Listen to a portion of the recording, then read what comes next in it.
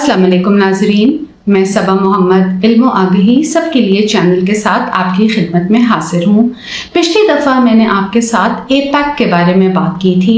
आज मैं आपसे एक और नज़रिए के बारे में बात करूँगी जो इज़राइल, अमेरिका और ईरान के इस मौजूदा कॉन्फ्लिक्ट को समझने में मदद देगा, और वो नज़रिया है नियोकॉन एजेंडा।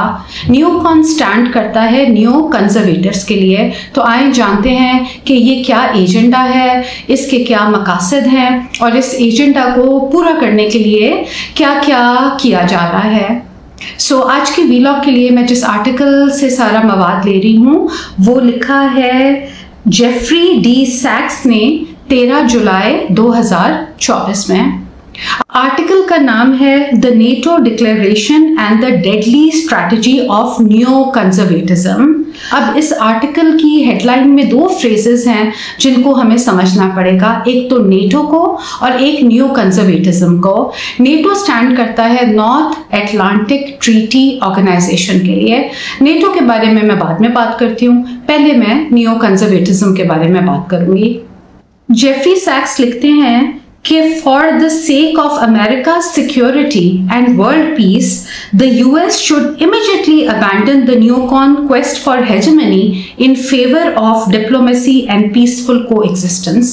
वो ये कह रहे हैं कि अमेरिका को अपनी सिक्योरिटी के लिए और दुनिया में पीस के लिए फौरी तौर पर न्यूकॉन क्वेस्ट फॉर हेजेमनी, यानी वो एजेंडा जो पूरी दुनिया के ऊपर बढ़तरी चाहता है और इक़्तिदार चाहता है, उसको छोड़ देना चाहिए और उसके बरक्स उनको डिप्लोमेसी और पीसफुल को एग्जिस्टेंस के बारे में सोचना चाहिए। डिप्लोमेसी का मतलब कि मुख्तलिफ मुल्कों के साथ बातचीत करनी चाहिए, और को एग्जिस्टेंस का ये मतलब कि किसी एक मुल्क को दूसरे के ऊपर हाकमियत नहीं होनी चाहिए, बल्कि तमाम मुल्क एक दूसरे के साथ कोऑपरेशन के साथ चलें।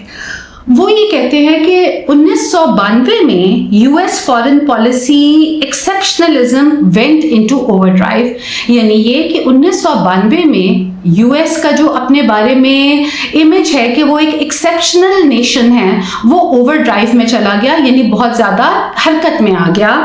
I believe in American exceptionalism with every fiber of my being. I believe in American exceptionalism with every fiber of my being. अब ये एक्सेप्शनल नेशन से क्या मुराद है जी?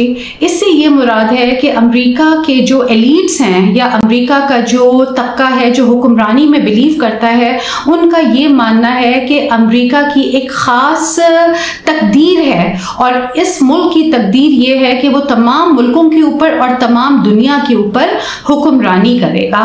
तो नाजरीन याद रखिएगा, ये हेजेमनी का मतलब यही होता है कि बढ़तरी होनी चाहिए, और यूएस के जो करता धरता हैं उनका ये ख्याल है कि यूएस वो मुल्क है जो पूरी दुनिया पर हुक्मरानी करेगा, और इस अहल भी है कि वो हुक्मरानी करे। अच्छा नाजरीन, वाई 1992? इस डेट में ऐसी क्या ख़ास बात है?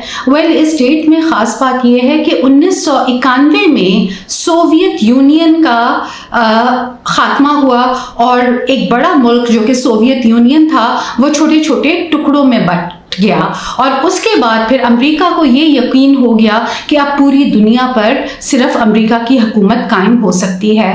इससे पहले जब भी अमेरिका ने पूरी दुनिया के ऊपर हुकूमत कायम करने की कोशिश की तो उनको यूएसएसआर ने चैलेंज किया, मगर अब चूंकि यूएसएसआर ख़त्म हो गया था तो अमेरिका के एलिट्स को ये लगा कि ये वो टाइम है कि अब हम अपनी हेजेमनी को पूरी दुनिया के ऊपर मुसल्लत कर सकते हैं। सो नाज़रीन, 1992 जो डेट है ना, ये आपने ज़रूर जहन में रखनी है, और आपको ये पता होना चाहिए कि 1991 में यूएसएसआर का ब्रेकअप हुआ था, क्योंकि जब तक हमें ये बात नहीं समझ आएगी कि बाइपोलर वर्ल्ड क्या होता है, यूनिपोलर वर्ल्ड क्या होता है, हमें अमेरिका की, ईरान की और इसराइल की कहानी पूरे तौर पर समझ नहीं आएगी। यूनिपोलर वर्ल्ड का ये मतलब है कि कोई एक बड़ी ताकत या कोई एक मुल्क पूरी दुनिया पर हुकूमत करे और बाकी जितने भी ममालिक हैं या तो वो उसके हलीफ हो जाएं, यानी ये कि एलाइज हो जाएं, या फिर वो उसके हरीफ हों और उनके साथ उस बड़े मुल्क का कोई ना कोई कॉन्फ्लिक्ट चलता रहे।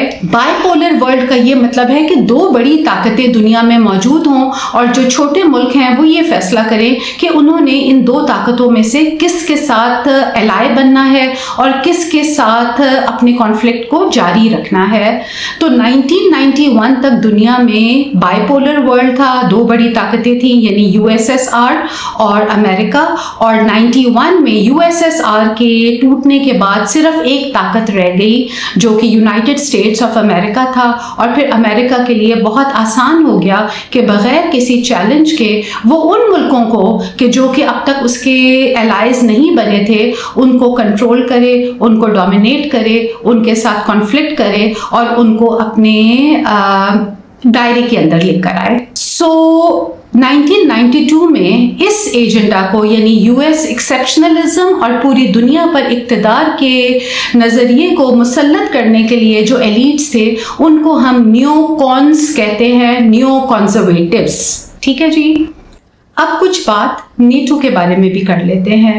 नेटो यानी नॉर्थ अटलांटिक ट्रीटी ऑर्गेनाइजेशन 1939 में बना था और इसका बुनियादी मकसद ये था कि इसके मेंबरान मुल्क को यूएसएसआर के इन्फ्लुएंस से बचाया जा सके, और अगर यूएसएसआर इनमें से किसी मुल्क के ऊपर भी हमला करता है तो फिर तमाम मेंबरान मिलकर उस मुल्क की सिक्योरिटी के लिए आएंगे। यानी ये कि एक कलेक्टिव पैक्ट था ये, जिसका मकसद ये था कि अगर किसी एक मेंबर के ऊपर भी हमला होता है तो फिर सारे मेंबरान मिलकर उस मुल्क के दिफा के लिए आएंगे।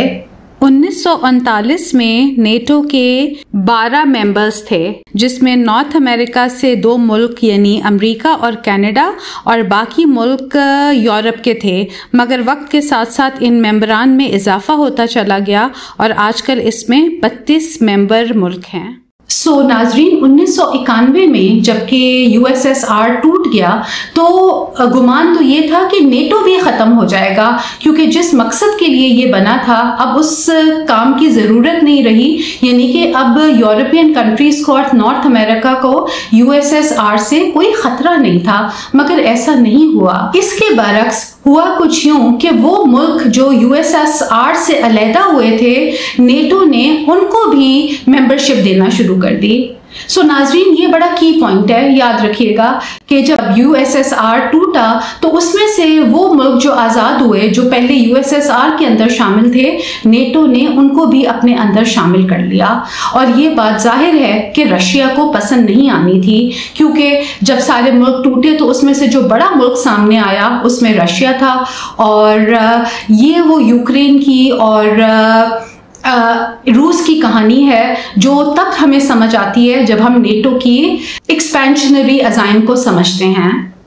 1990 में अमेरिका ने और जर्मन ने उस वक़्त के रूस के प्रेसिडेंट मिखाइल गोर्बाचेव के साथ ये अग्रीमेंट किया था कि नेटो अब मज़ीद ईस्ट की तरफ नहीं जाएगा, यानी रशिया की तरफ नहीं जाएगा, कुछ ऐसे मुल्कों को शामिल करके जो कि रशिया के बॉर्डर पे हैं। मगर इन्होंने अपने इस अहद को भी तोड़ा और यूक्रेन को भी ये दावत दी कि वो नेटो का हिस्सा बन जाएं। और नाजरीन, ये वो वजह है कि इस वक्त यूक्रेन में और रशिया में कॉन्फ्लिक्ट चल रहा है, क्योंकि ये रशिया के लिए एग्जिस्टेंशियल थ्रेट है कि अगर यूक्रेन नेटो का हिस्सा बन जाता है तो फिर रशिया को ये डर है, और ये बिल्कुल जायज़ डर है कि अमेरिका या उसके एलाइज किसी वक्त भी रशिया के ऊपर हमला कर सकते हैं। लिहाजा रशिया ने यह तय किया हुआ है कि किसी सूरत भी यूक्रेन को नेटो का हिस्सा नहीं बनने दिया जाएगा।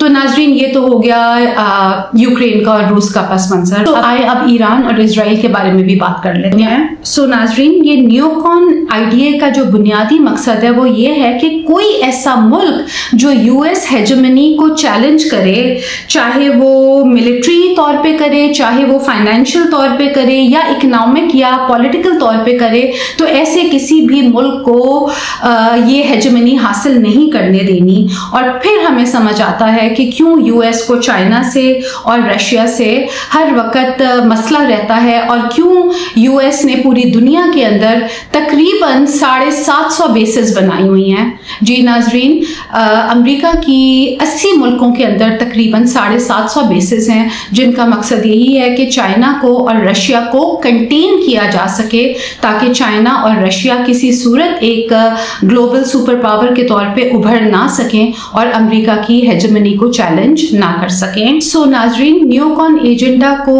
इम्प्लीमेंट करने का तरीक़ाकार ये है कि वो मुल्क जो ज़रा सा भी चाइना की तरफ या रशिया की तरफ झुकाव रखते हैं उनमें रेजीम चेंज की जाए। रेजीम चेंज से ये मुराद है कि वहाँ की जो हुकूमतें हैं उनको गिरा कर ऐसी हुकूमतों को लाया जाए जो कि अमेरिका के साथ एलाय बनने के लिए राज़ी हों, ना कि चाइना और रशिया के साथ।